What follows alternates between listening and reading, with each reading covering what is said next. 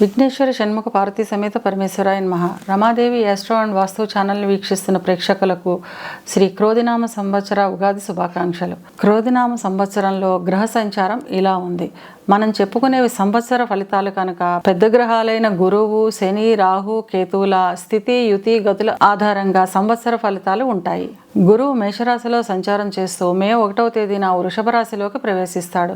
ఈ సంవత్సరం అంతా వృషభ రాశిలోనే సంచారం చేస్తాడు. శని తన స్వక్షేత్రమైన కుంభంలో సంచారం చేస్తాడు. రాహు మీనంలోను, కేతువు కన్యలోను సంచారం చేస్తున్నారు. ఈ గ్రహస్థితిని ఆధారంగా చేసుకుని మకర రాశి వారికి శ్రీ క్రోధినామ సంవత్సర ఫలితాలు ఎలా ఉన్నాయో, చిన్న చిన్న పరిహారాలు ఏం చేసుకోవాలో చూద్దాం.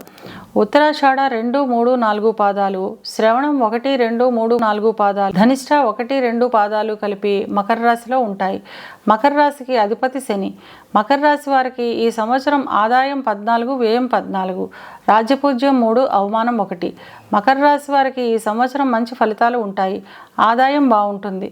వాహనాలు రిపేర్లు, ఉన్న గృహాన్ని ఆధునీకరించడం వంటి పనులకు అధిక ధనవ్యయం చేస్తారు. పూర్వీకుల నుంచి రావలసిన ఆస్తులు చేతికి అందుతాయి. ఇక విద్యార్థుల విషయానికి వస్తే విద్యార్థులకు ఈ సంవత్సరం చాలా యోగదాయకమైన కాలంగా చెప్పవచ్చు. చక్కని శ్రద్ధ వహిస్తారు. ఉత్తమ శ్రేణిలో అనుకూలమైన ఫలితాలను సాధిస్తారు. విదేశాలకు వెళ్ళాలి అనుకునే విద్యార్థులకు ఆటంకాలు అన్నీ తొలగి సకాలంలో అన్ని పనులు పూర్తి చేసుకుంటారు.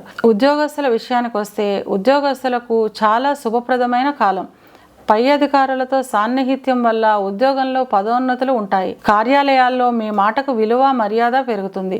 సహోద్యోగులతో కూడా చాలా అనుకూలంగా ఉంటుంది.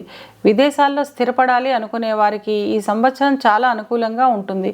ఇక వ్యాపారస్తుల విషయానికి వస్తే వ్యాపారస్తులు తమ సృజనాత్మకత, నైపుణ్యంతో వ్యాపారాన్ని అభివృద్ధి పదంలో నడిపిస్తారు. నూతన వ్యాపారాలు స్థాపిస్తారు. అన్ని రంగాల వ్యాపారస్తులకు పట్టిందల్లా బంగారంలా ఉంటుంది. వివాహ ప్రయత్నాలు చేసేవారికి కోరుకున్న జీవిత భాగస్వామి దొరికే అవకాశం ఉంటుంది.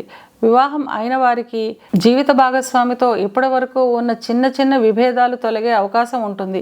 జీవిత భాగస్వామితో కలిసి విహారయాత్రలు చేస్తారు. సంతానం గురించి ఎదురు చూసే వారికి సంతాన యోగం ఉంటుంది. సంతానపరమైన అభివృద్ధి ఈ సంవత్సరం చాలా ఆనందదాయకంగా ఉంటుంది. అనుకున్న పనులన్నీ సకాలంలో నిర్వర్తిస్తారు. ఎంతో కాలంగా ఉన్న చిక్కులు, విభేదాలు అన్నీ ఈ సంవత్సరం తీరే అవకాశం ఉంటుంది.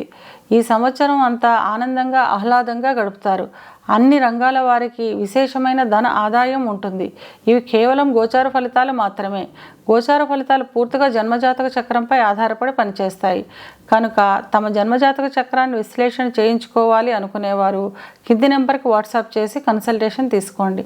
మకర రాశి వారు అనుకూలతను పెంచుకోవడానికి, ప్రతికూలతను తగ్గించుకోవడానికి శనివారం రోజున వెంకటేశ్వర స్వామి ఆలయాన్ని దర్శించడం ద్వారా అంతా మంచి జరుగుతుంది.